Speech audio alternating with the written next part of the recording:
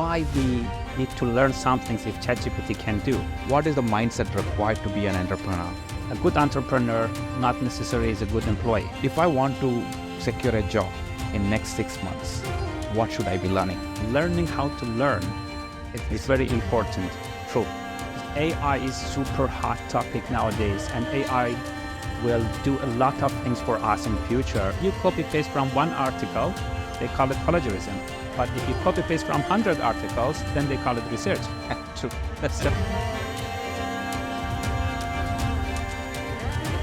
Hello everyone, welcome back to Never Late Show with Anuvindh, aka nlsa podcast.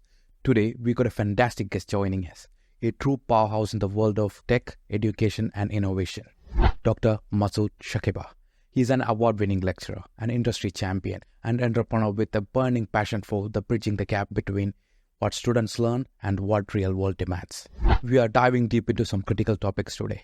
The skill gap graduates face, redesigning education for 21st century, the magic power of entrepreneurship, and even we will talk about jobs that AI can't replace. Plus, if you are looking for some serious firepower, this show is for you. If you are interested in some specific topic, please check our timestamps below. Let's dive in. Welcome, Masoud. Welcome to the show. Yeah, thank you so much for having me, and thank you for this amazing podcast you have. So as you mentioned, my name is Masoud, and I'm a senior lecturer at Unitech Tipukinga, and I have 22 years experience now working in IT industry. Wow. I founded my first company when I've been 18 years old. So I started, my first job was a CEO of my small company. You have that entrepreneurship skill from your childhood itself. Yes, that's right. You are right. And then I founded my own institution. So it's a vocational institution back in my country in 2007. So I've been the director of the institution, and then I moved to Malaysia. I did my master and my PhD there. I worked at Monash University for a year, Monash, Malaysia. And then I moved to New Zealand, and I'm here now since 2017. What made you to move to New Zealand? To be honest, I searched for a place that I can call it home. Malaysia is a wonderful place, but you never consider as a citizen there. So I looking for a place that I can call it home rather than my own country. And I search a lot. When I read more about New Zealand, I fell in love more to the New Zealand. And then, I'm here now. You're liking it? It's very nice, lovely people, lovely weather. Economy is a bit small. It's very difficult for startups to grow. Yeah. However, is a wonderful place because it's pure, lots of opportunities. Yep. So that to be small has advantage and disadvantages. So advantages, you can have some ideas and you can test it here and you can grow, and then you can go to the global market. But if you just want to stay here, so economy is super small. As this is to not. As you mentioned about testing in New Zealand, the connectivity to New Zealand to the world, it's exponentially good, I believe. Mm-hmm. Even you can test and make sure it's working, and that can be bought into UK, US, or wherever you want. Exactly. So New Zealand is a great, well-known brand globally. So if you have a successful product here, so it's much easier to launch it globally. Yes. All right. So most of the people are arguing that there is a big skill gap between education industry as well as the job market, right? Mm-hmm. What kind of skills they are looking from the new candidates or new persons, which is not taught in education industry? Yeah, this is the serious challenge. I believe this is the correct statement you mentioned. We have a skill shortage gap. However, if you look at from the institution point of view, we graduated thousands and hundred thousands of students every year in New Zealand, and lots of them actively seeking for a job. So what I'm trying to say, we have hundreds and thousands of graduates who cannot get a job. At the same time, industry people, they are talking that they really need to hire some people. Okay.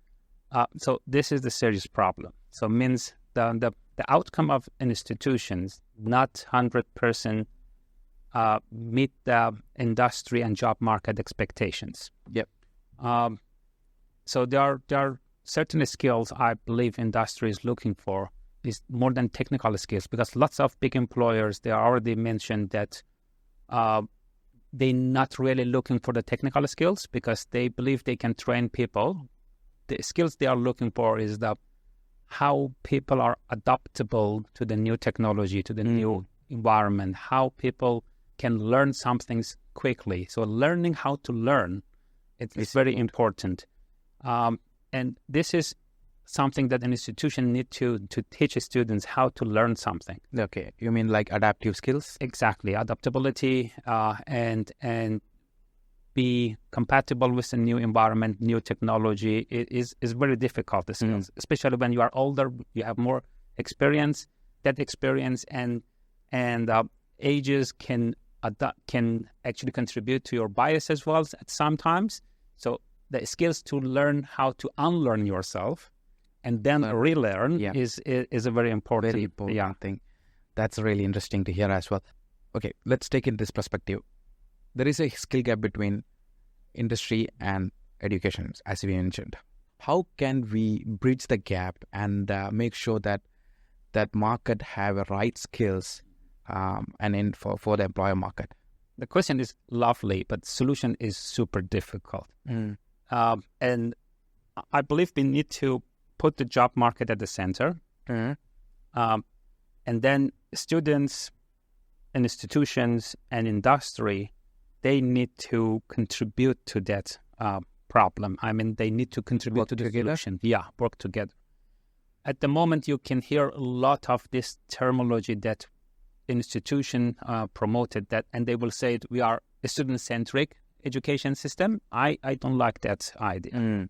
So it might be a bit strong statement, but a student-centric, when you put the students at the center, and then you want to provide lots of different supports to the students, it might be misunderstanding for students. Then they will graduate it anyway. They will get their qualification anyway, and they always expect to receive more supports.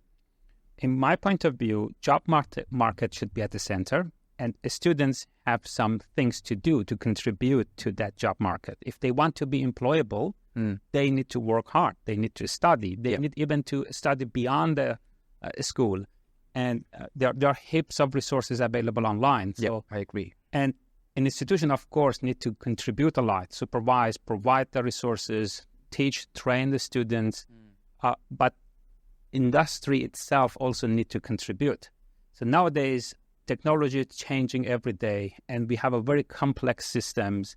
And an institution alone, they cannot design, develop, or deliver course materials. We definitely need to collaborate more with industry. First of all, to understand what are the current needs, because needs changing every day.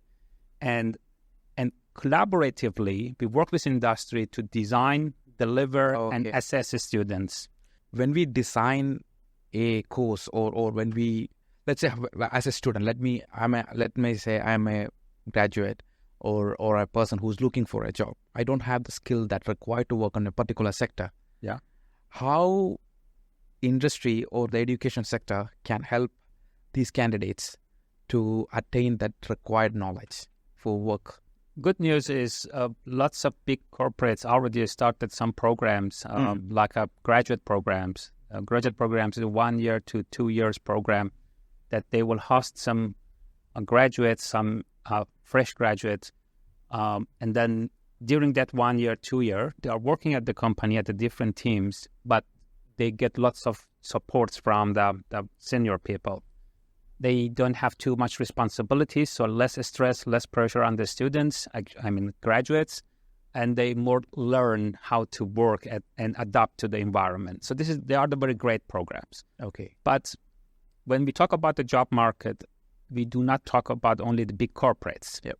So you might know that around 50% of jobs at the market at Newzealand offered by the small companies. Yes. Yeah. So we cannot only consider the big corporates who have a dedicated HR departments and the graduate teams. So we need to think somehow to involve the small companies as well. And sometimes the small companies are more interested to working with the students because they are more agile. They have a capability. They can arrange it more time to spend more time with the students. But in corporates, it is very difficult they are not that agile. So they have lots of regulations and policies they need to look after. And it's good to have both parties. Yeah. So you are referring to a third-party entity which have the understanding or knowledge to develop your career to required skill. Is that something that I can say? So at the moment, we have a work-based learning concept, but it's different with what I'm saying. So, for example, at Unitech, we have a capstone project. Capstone project is a very, very last subject of the bachelor degree here. And it's 60 credits. Entire semester, students only focus on one big project, and this is type of the conclusion of whatever they studied previous semesters.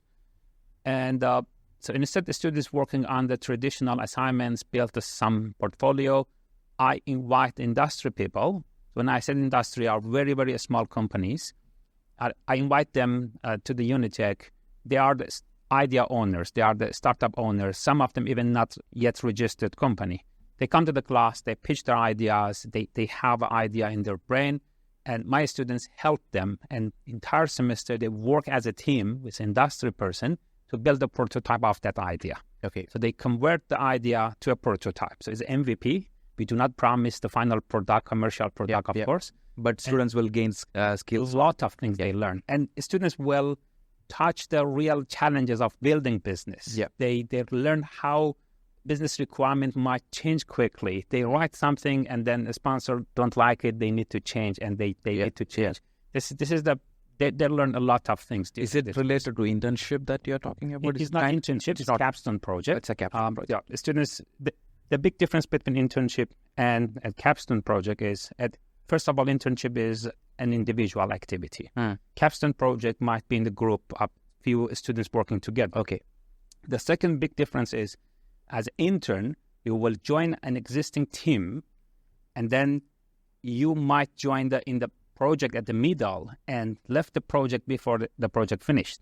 But at capstone project, you build your own team, and you start the project from A, and you need to deliver it by the end of the project. You might have a smaller scope, but you have to finish it to Z. Like a real world scenario. Yes. That's for the education, like the students who are currently on the education sector, right? Let's think of scenarios who are already past the education industry. Still, they are struggling to get the right skills to attain to successfully get a job. What you can tell to them, or how they can achieve a successful career or have right skills to apply for jobs. So based on my experience, I met lots of students who have good technical skills, but maybe lack of confidence and lack of experience in interview. So my advice to that type of students is, first of all, you need to practice in front of your friends, family, in front of mirror. Practice the interview, mimic the interview for yourself, and apply for lots of jobs. Apply for the jobs, even if you don't need the job. So if you are junior, so you can learn a lot. You can attend. I watched another podcast, and the person said, I joined a lots of interview sessions, and when I don't need the job. And it was very fun for me because I was super confident because I already have a job. I just joined to learn about the market, to practice the interviews, and assume, so what's the worst case scenario? At the moment, you are unemployed. If you join the interview, the worst case scenario is still you are unemployed. So go there with a full confidence, ask questions, be yourself, and promote whatever you have. You mean making sure get rid of that fear that to face interviews. Exactly. So for the juniors, it's stressful, and I understand them. And the only way you need to do it to rid off that fear. Yeah. All right. So soft skills are very important. Very important. Well as technical skills. Yes. How you attain those soft skills at the moment? That's definitely not trained in the colleges or universities. What are the one best way for the market to achieve those things? As an individual, so that type of skills are the most difficult things to develop. So you can watch an online course for the few hours, and then you know how to analyze some data. If you don't know to work with some tools, Few days you can read, you can watch videos, YouTubes, and then you can use it. But softer skills is developed over the ages. So that's why you heard a lot, especially in New Zealand. They said we do not hire CVs, we hire people. People, yeah. So you need to develop your people skills. And how you can do it? Students' activities, class activities, attending workshops, meetups, lots of talks, and you need to be out of your comfort zone. So it's same as you go to the gym. So the first few days you are at the gym, you have lots of pain at your muscles. But if you keep going, and if you check it in front of the mirror every day, you cannot see any changes. But if you keep going after years, then you can see you are in the good shape. All right, sweet. You identified an issue on the market at the moment. There is the skill gap that's facing from the education industry as well as the job market. That's right. Can you give the audience an understanding what are those challenges that's currently facing, why you bought into Platform Pi? Cool. So you mentioned Platform Pi. Okay. The challenges is, I believe, is a lack of communication between different stakeholders. We have lots of talented students and graduates. However, they cannot promote themselves sufficiently. And we have lots of resources, lots of talented staff at institutions, but is a lack of communication between us and industry. There are lots of bureaucracy, there are lots of procedures, and it's difficult to be innovative at the big organizations. I understand we need the procedures, policies, but sometimes that too much regulations make the process slower. And on the other side, at industry, they thirsty for the talented people. So they want to hire people. But lack of these communications cause the skill gap in the market. So we have enough people in the country, and we have enough resources at the education sector. We can train people, but you can see we always talk about the skill gap. So Platform Pi is a platform who want to enhance the engagement between different stakeholders. So at Platform Pi, we try to simplify and enhance education and industry collaboration and engagement, aiming to address the market gap, aiming to support the students to be more comfortable at that ecosystem, to be more supported and get the first step at the job market. So let's say you got a chance to redesign the education industry. How are you going to redesign the industry? How you will make sure the industry have the education industry have the right skills to reach out for the market? If I want to change the system, first of all, I will teach the most up-to-date technology at the market. Second of all, I will clarify for students the purpose of that current courses they have and how that can contribute to their future portfolio. And I will create a very clear pathway for them. And the third changes I will do, as I mentioned before, I emphasize on again to co-design, co-deliver, and co-assess all the courses with industry people. I love to have industry people in class, and together we deliver subjects. As a lecturer, as a trainer, I'm professional in class management. I know how to deal with the students. I know how to keep them satisfied, how to keep them engaged. But on the other side, industry people have a current industry knowledge that is, I might don't have that currency, but they don't know how to manage class and engage the class. So we had some amazing industry people came to the classes, and we get the lower student satisfaction rate. Understood. But we have some professionals who don't have that industrial knowledge, but they get the higher satisfaction. And if they work together, we can ensure that the students are satisfied and engaged, and they learn the up-to-date skills at the market. Interesting. If I want to secure a job in next 6 months, what should I be learning? Okay, good and straight question. First of all, we talk about the IT industry. So we don't talk about the education as general. We have some very hot demanding skills at the market at the moment. If you look at the researchers at the market at Newzealand, skills like AI, generative AI, data analysis, cloud computing and cloud infrastructure, cybersecurity, the skills are very high demand. And also still software development, if you are professional, so you will get a good job.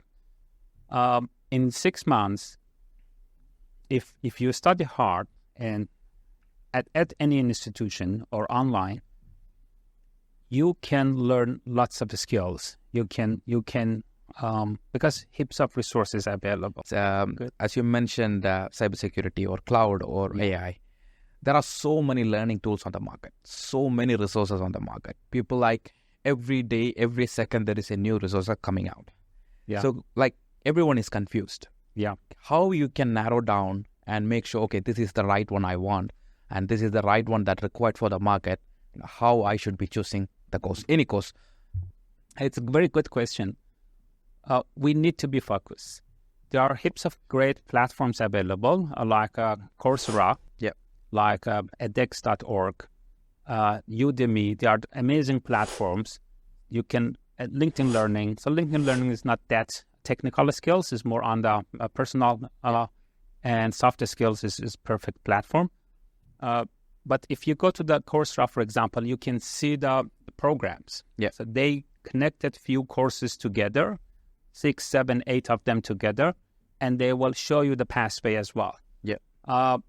But you need to be honest with yourself. You need to sit alone somewhere, think about your passion, what makes you happier.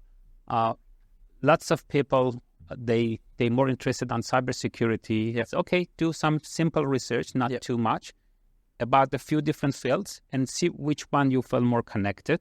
And then when you choose it, go deeply and go at that direction. Let me ask you, Gen AI becoming a big hot topic now, right? Everyone wants to be in that.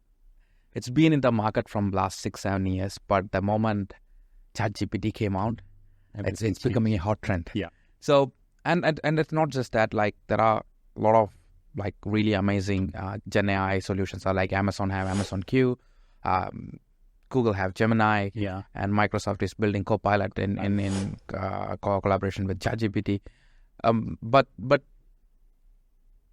people doesn't know what kind of skill they're required to have to work in this industry, right? And there is a plus and minus. Let's talk first about how people can acquire these kind of knowledge that's required for the market. It's super useful tools, but if we don't use it appropriately, might cause some bad habits or might actually not match with some against some ethical things.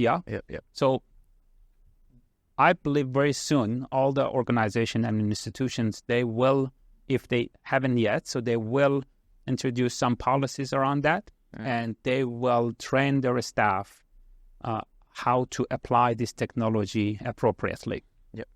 As a student and as a job seeker, you first of all, you need to familiarize yourself with the topics and abbreviations and all that conversation. Because this is something definitely they will talk during the interview as well.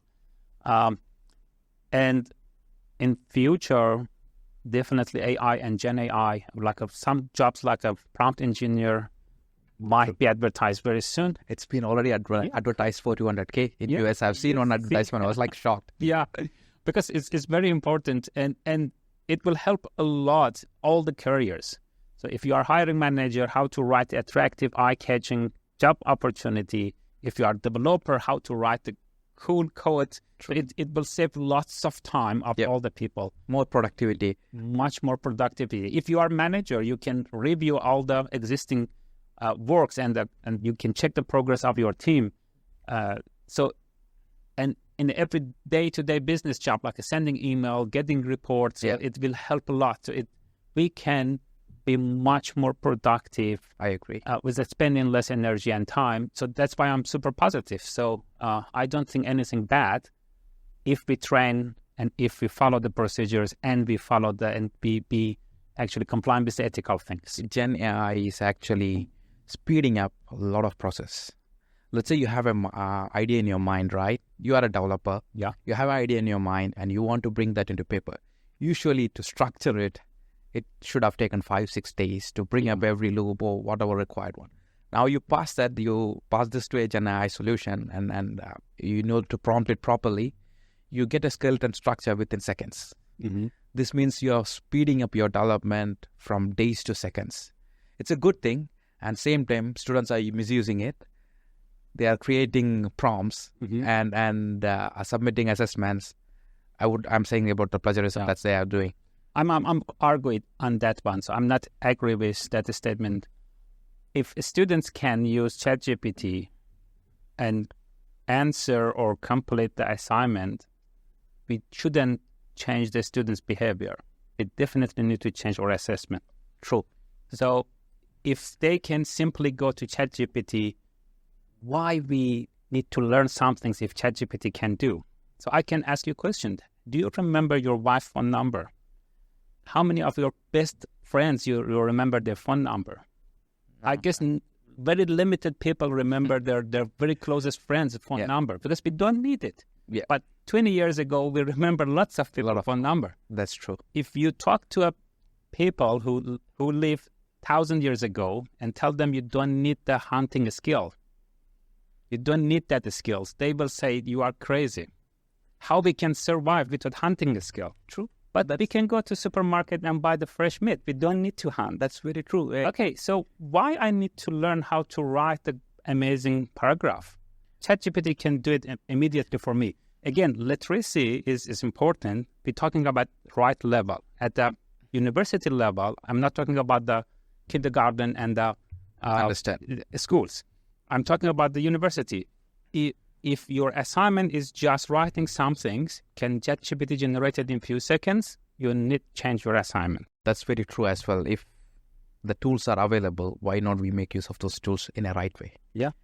Maybe it's better to teach them the ethical way of using it rather than opposing it. So it's not only about the ethical thing. So if you design a project and then they need to analyze the project, then they need to document the business requirement for the project. Then they need to clarify the scope of the project. Then they need to interact with stakeholders to have a market research. So they can definitely use ChatGPT to make this process faster and more professional, but they need to document the process.